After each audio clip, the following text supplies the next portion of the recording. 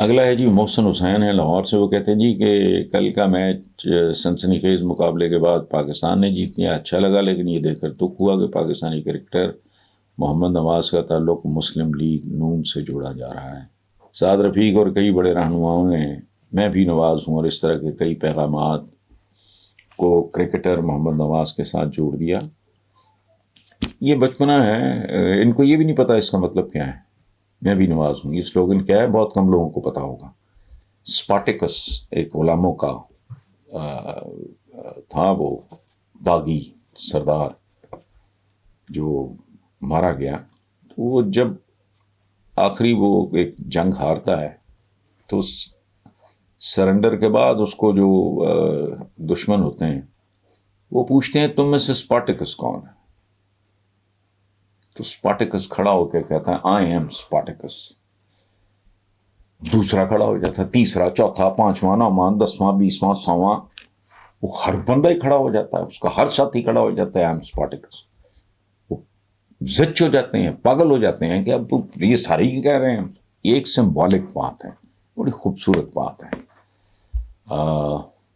اور چلتے چلتے ایک بات آپ کے ساتھ شیئر کروں کہ یہ جو Kirk Douglas, he was one of my favourite film actress when I was a child. مطلب کیا 7ویں 8ویں بچہ ہی ہوتا ہے آدمی، 6ٹھی 7ویں 8ویں.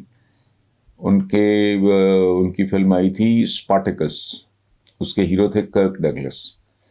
پھر اس کے بعد آئی سن آف اسپارٹیکس، اس کا ہیرو تھا ٹونی کرٹس. اور کرک ڈگلس ابھی ریسنٹلی ان کی کچھ 100 سال کے لگ بھگ 99 98 یا شاید 100 ان کی ڈیتھ ہوئی ہے، جس کا میں نے باقاعدہ سوگ منایا. وہ بچپن میں ان کی موویز دیکھتے تھے. اوریجنلی وہ رشیا سے آئے تھے امریکہ. ان کی ایک کتاب کا نام ہے بایوگرافی آئی ایم اسپارٹیکس. تو ان لوگوں کو تو بیک گراؤنڈ کا پتہ نہیں ہوگا، کہیں سے سن نہیں ہوگا. میں نواز ہوں، اللہ نہ کرے، اللہ نہ کرے. ان میں جو کوئی بھی کہتا ہے میں اللہ نہ کرے.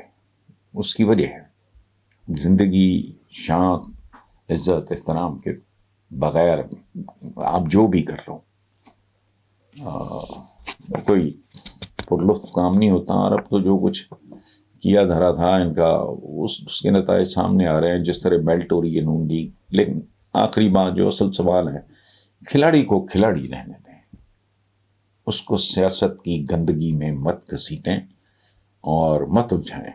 باقی مرضی نہیں. یہ کم لوگوں کو اس بات کی سمجھ ہے کہ اسلام نے ایز سچ سسٹمز، ہر معاملے میں، مختلف معاملات میں سسٹمز نہیں.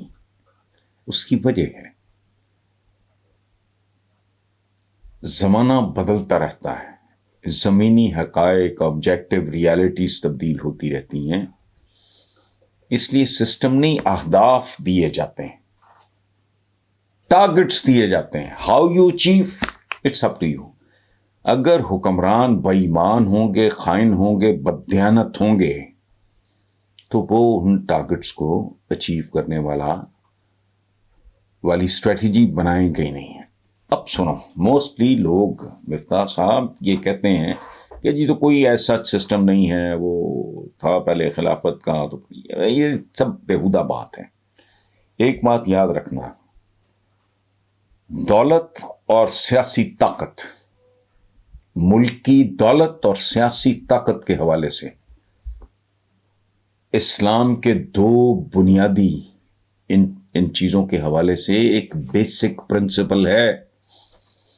ملکی وسائل اور ملکی دولت اور سیاسی طاقت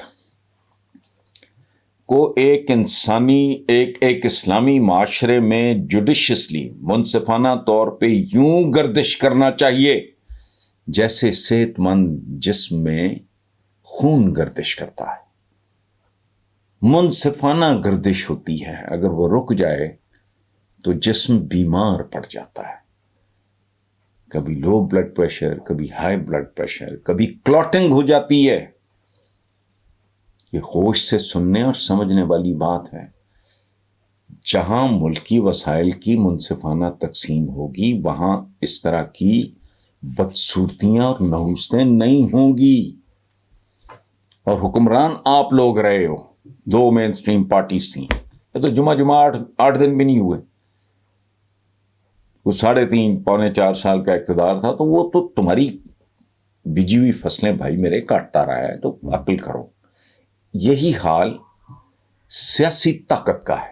اس کو بھی خون کی طرح سر سے لے کے پاؤں تک صحت مند انسانی جسم میں خون اگر منصفانہ طور پہ گردش کر رہا ہو, it keeps the human body healthy.